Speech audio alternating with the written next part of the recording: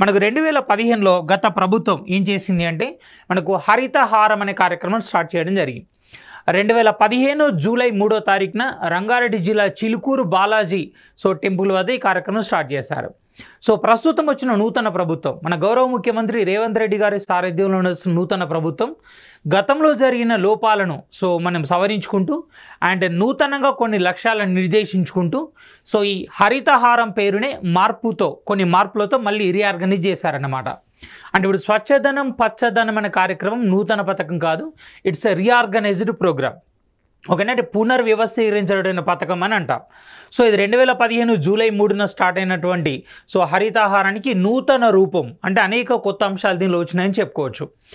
ఈ ప్రోగ్రామ్ వచ్చేసి మనకు 2015 ఆగస్టులో స్టార్ట్ చేయడం జరిగింది.